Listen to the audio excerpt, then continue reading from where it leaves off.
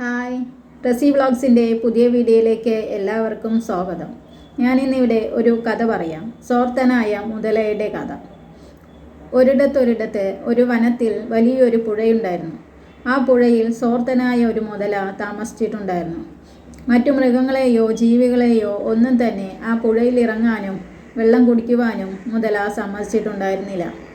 തങ്ങളെ തിന്നുകളയും എന്ന് കരുതി മൃഗങ്ങളൊന്നും തന്നെ ആ പുഴയിലേക്ക് പോയിട്ടുണ്ടായിരുന്നില്ല. അവർ ദാഹിക്കുമ്പോൾ ദൂരെയുള്ള നദിയിലേക്കോ അരുവിയിലേക്കോ പോകുവാൻ തുടങ്ങി. അങ്ങനെ മുതല സുഖമായി ആ പുഴയിൽ താമസിച്ചു വരികയായിരുന്നു. പെട്ടെന്നൊരു വലിയൊരു ശബ്ദം കേട്ടാണ് ആ മൃഗങ്ങളെല്ലാം ഉണർന്നത്. ഏതോ ഒരു മൃഗത്തിനെ മുതല പിടിച്ചു എന്നാണ് മൃഗങ്ങളെല്ലാം കരുതിയത്. പേടിച്ച് ചെന്ന് നോക്കിയപ്പോൾ മുതലയാണ് കരഞ്ഞുകൊണ്ടിരിക്കുന്നത്. എന്താണെന്ന് ചോദിക്കാനും അവനെ സഹായിക്കാനും പോലും ആരും തന്നെ പോയിട്ടുണ്ടായിരുന്നില്ല. ഈ മുതല ഇവിടെ നിന്ന് പോയാൽ മതിയായിരുന്നു എന്ന് മൃഗങ്ങൾ പരസ്പരം പറഞ്ഞു. ആ സമയത്താണ് അടുത്ത കാട്ടിൽ നിന്നും ചിന്തനെലിയുടെ വരവ്. ആ എലി മുതലയുടെ അടുത്തേക്ക് ചെന്ന് എന്താണെന്ന് അന്വേഷിച്ചു.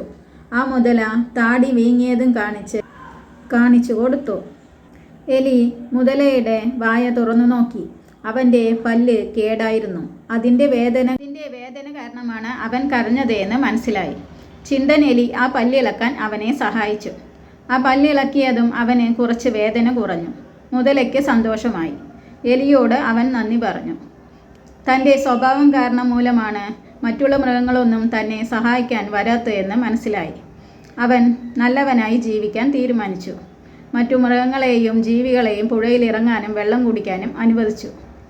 ഇതിൽ നിന്നും നമ്മൾ എന്തു മനസ്സിലാക്കണം? നമ്മൾ എല്ലാവരെയും സ്നേഹിക്കുക, ആരെയും ദ്രോഹിക്കരുത്. നന്മ പ്രവർത്തിച്ചാലേ നമ്മളെ സഹായിക്കാൻ ആരെങ്കിലുമൊക്കെ ഉണ്ടാവുകയുള്ളൂ. സ്വാർത്ഥത കാണിക്കരുത്.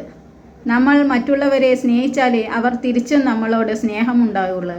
നമ്മൾ എല്ലാവരെയും സ്നേഹിക്കുക, ആരെയും ദ്രോഹിക്കരുത്. നമ്മൾ നന്മ ചെയ്താലേ മറ്റുള്ളവർ നമ്മൾക്കും നന്മ ചെയ്യുകയുള്ളൂ. സ്വാർത്ഥത കാണിക്കരുത്. നമ്മൾ മറ്റുള്ളവരോട് സ്നേഹത്തോടെ പെരുമാറിയാലേ അവർ തിരിച്ചും നമ്മളെ സ്നേഹിക്കുകയുള്ളൂ.